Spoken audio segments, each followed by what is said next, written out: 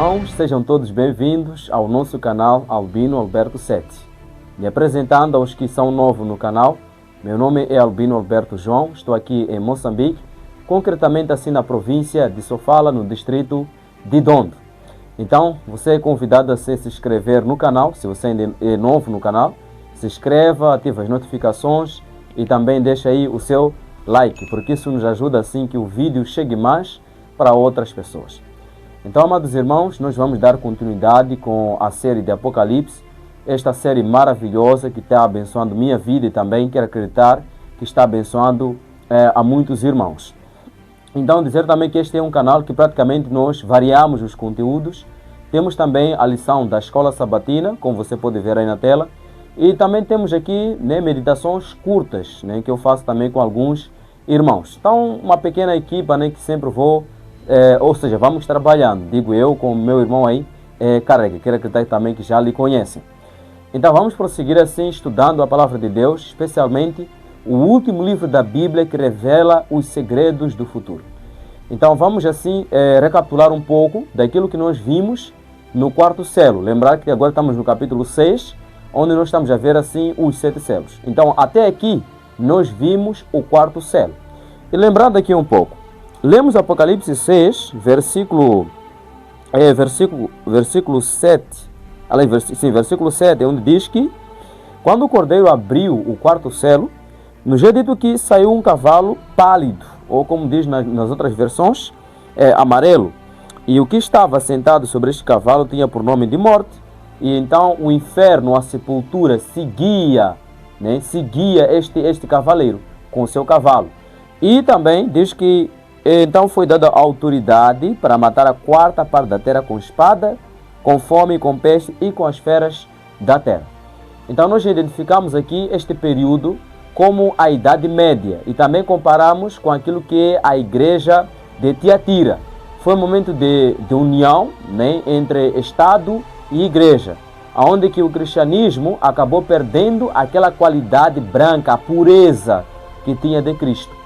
Então, praticamente, nós encontramos que houve uma união e várias doutrinas pagãs, doutrinas que não tinham bases bíblicas, acabaram entrando no cristianismo. Estamos a falar, por exemplo, como a oração para os mortos, a oração para Maria, como fosse intercessora. Estamos a falar também do domingo, sendo considerado como fosse um dia sagrado, sendo que a Bíblia Sagrada fala de um dia de descanso, que é o sábado do 7º dia.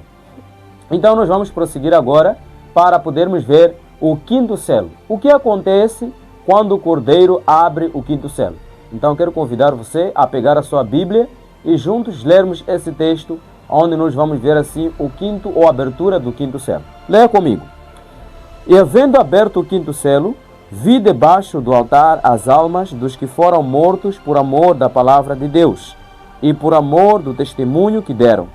E clamavam com grande voz, dizendo: até quando, ó verdadeiro e santo dominador, não julgas e vingas o nosso sangue dos que habitam sobre a terra?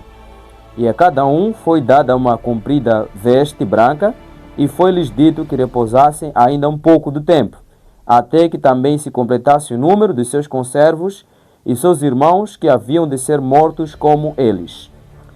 Então, este cenário que João vê quando o cordeiro abre o quinto selo. A primeira coisa que nós vimos aqui é que ele vê as almas daqueles que foram mortos por amor de Jesus Cristo. Bem, talvez um irmão pode falar que então está aí a prova que uma pessoa, quando morre, então acaba saindo a alma dentro do seu corpo.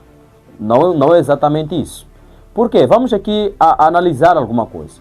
Se realmente acreditássemos que pessoas quando morrem, sai algumas coisas, ou sai alguma coisa parecida com ela, que chama-se alma, e essas pessoas também que afirmam isso, acabam dizendo que essas pessoas, as almas já estão no céu, estão lá. Então, não faria um pouco sentido, porque eles estão aqui clamando para que Deus possa vingar o sangue deles dos que habitam sobre a terra. Espera aí, não é mesmo também interpretado que aqueles que morrem sem Cristo vão para o inferno?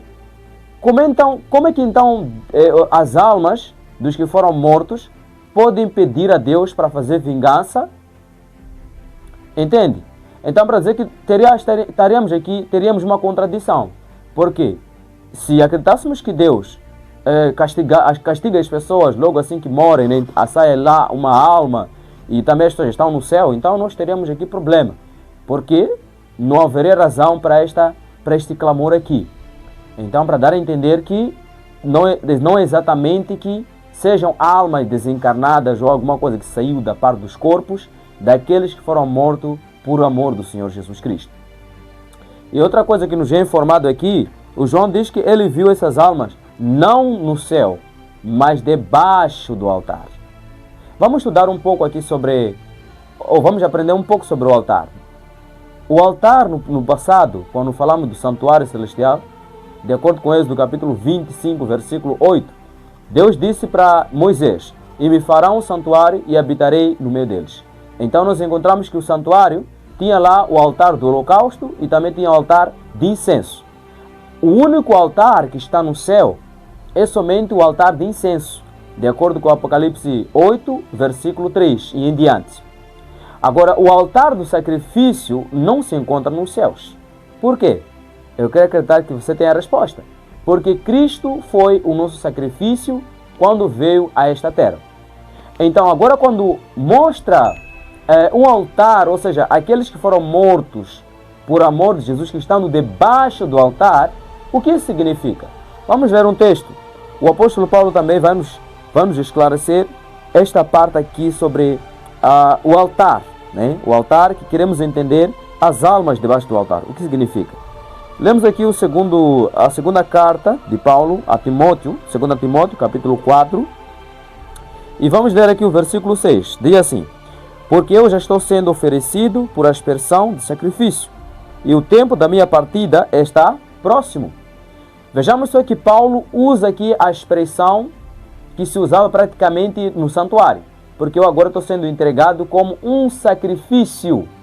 O que dá a entender aqui? Dá a entender que Paulo agora, ele estava próximo da morte. Ele estava próximo para ser morto, porque ele havia sido preso, estava em Roma. Então já houve o momento agora dele ser executado por causa da sua fé. Voltemos agora de novo ao texto. Apocalipse 6, versículo 9. Vi debaixo do altar as almas dos que foram mortos por amor da palavra de Deus. Muitas pessoas entregaram suas vidas por amor a Cristo. E como é que eles fizeram isso? Ou seja, o que motivou eles a entregar a vida? Por amor ao Senhor Jesus Cristo. Eles entregaram sua vida. Ao entregar a sua vida, em outras palavras, eles estavam se entregando no altar do sacrifício.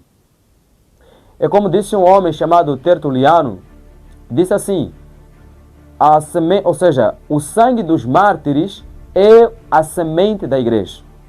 Muitos mártires, muitas pessoas, muitos cristãos morreram por causa da sua fé. Eles não desistiram, eles foram firmes, eles avançaram, não temeram a morte. Ao contrário, eles entregaram suas vidas como sacrifício por amor ao Senhor Jesus Cristo.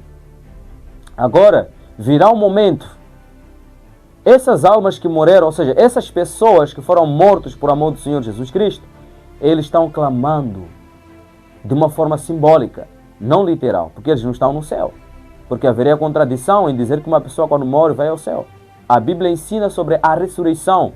1 Tessalonicenses 4, versículo 16, vai nos falar que quando Cristo voltar, Ele ressuscitará primeiro os que morreram em Cristo.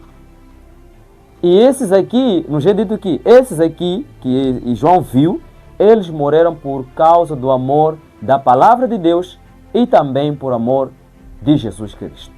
Então, eles vão estar na ressurreição, na primeira ressurreição. Não estão no céu. Continuemos aqui. Agora, versículo 10. E clamaram com grande voz, dizendo: até quando, verdadeiro e santo dominador, não julgas e vingas o nosso sangue dos que habitam sobre a terra?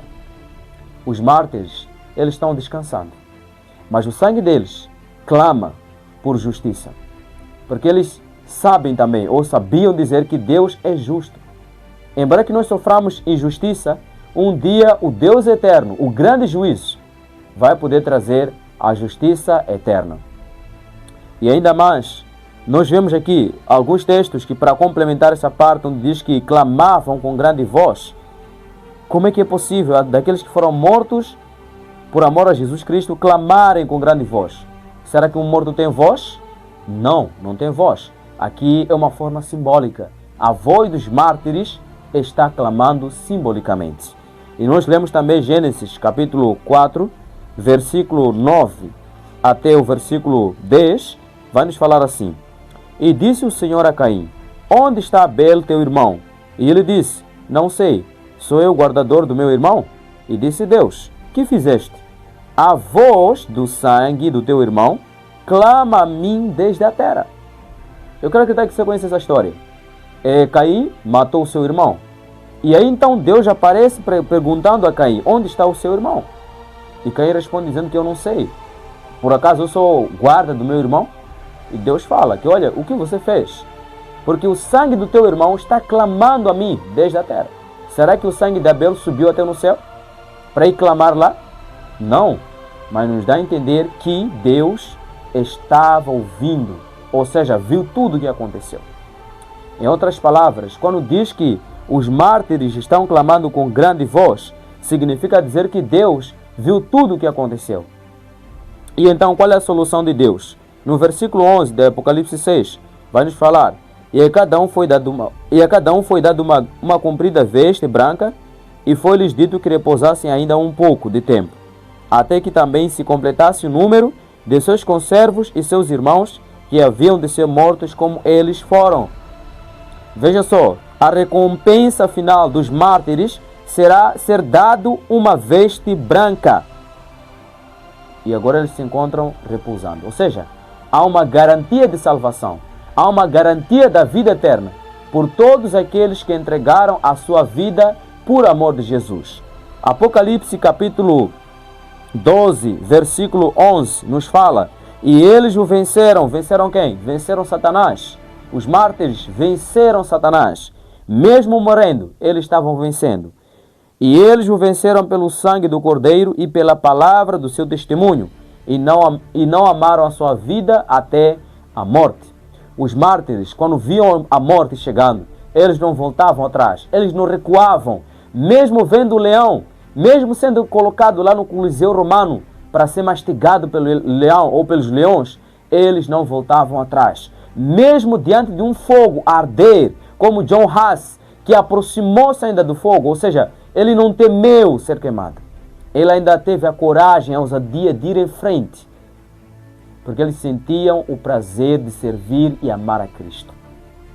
Então, para dizer que o quinto selo, em outras palavras, ela retrata, sim, aquilo que foi o derramamento do sangue de todos os mártires. Estamos a falar aí praticamente da Idade Média, em que muitas pessoas entregaram as suas vidas por amor a Jesus Cristo.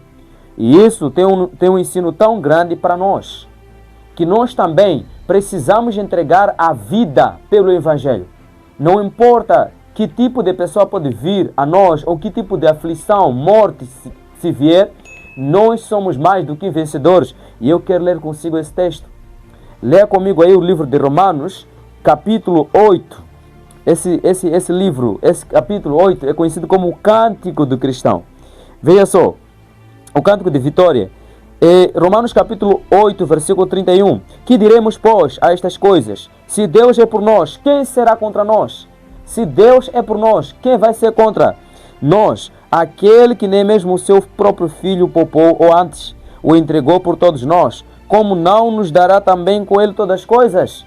E aqui continua o apóstolo Paulo: quem tentará acusação contra os escolhidos de Deus? É Deus quem os justifica. Quem os condenará? Pois é Cristo quem morreu, ou antes, quem ressuscitou dentre os mortos, o qual está à direita de Deus e também intercede por nós. Quem nos separará do amor de Cristo? Agora tem uma lista aqui: a tribulação, ou a angústia, ou a perseguição, ou a fome, ou a nudez, ou o perigo, ou a espada, como está escrito: por amor de ti, somos entregues à morte todo dia. Fomos reputados como ovelhas para o matador. Mas em todas estas coisas, somos mais do que vencedores por aquele que nos amou. Meu amado, Nós somos mais do que vencedores. Não há nada a temer. Venha o que vier, venha a morte. Nós permaneceremos firmes nos princípios de Deus que nos deixou na sua palavra. Venha a perseguição. Vivemos no momento em que as igrejas estão se unindo em prol do repouso da terra, em prol do descanso dominical. E nós precisamos nos preparar. Amado irmão, que não conhece ainda o dia certo, o dia da adoração, o sábado, de acordo com Êxodo capítulo 20, ou primeiramente, Gênesis 2, 1 a 3, e Êxodo capítulo 20, verso 8, onde Deus colocou o quarto mandamento como o sábado, o sétimo dia. Mas hoje estamos a ver governantes estadistas unindo-se para poder assim colocar aquilo que é o decreto dominical. Então nós precisamos permanecer fiéis, porque vem a perseguição, mas nós somos mais do que vencedores. Precisamos nos apegar a Cristo, para que quando vier o momento da prova, nós possamos dizer, assim como aqueles mártires, por amor a Jesus, eu vou entregar a minha vida. Eles entregaram, eles não amaram sua vida, eles renunciaram ao mundo e assim seguiram firme. Que nós possamos ter essa fé de poder avançar sem voltar atrás. E assim sermos chamados também heróis da fé do século XXI. Que Deus possa o abençoar. Que você seja um mártir do Senhor nesses dias que nós estamos a viver. Que o Senhor o abençoe grandemente. Se inscreva no canal, deixe o seu like e ative as notificações. Que Deus o abençoe.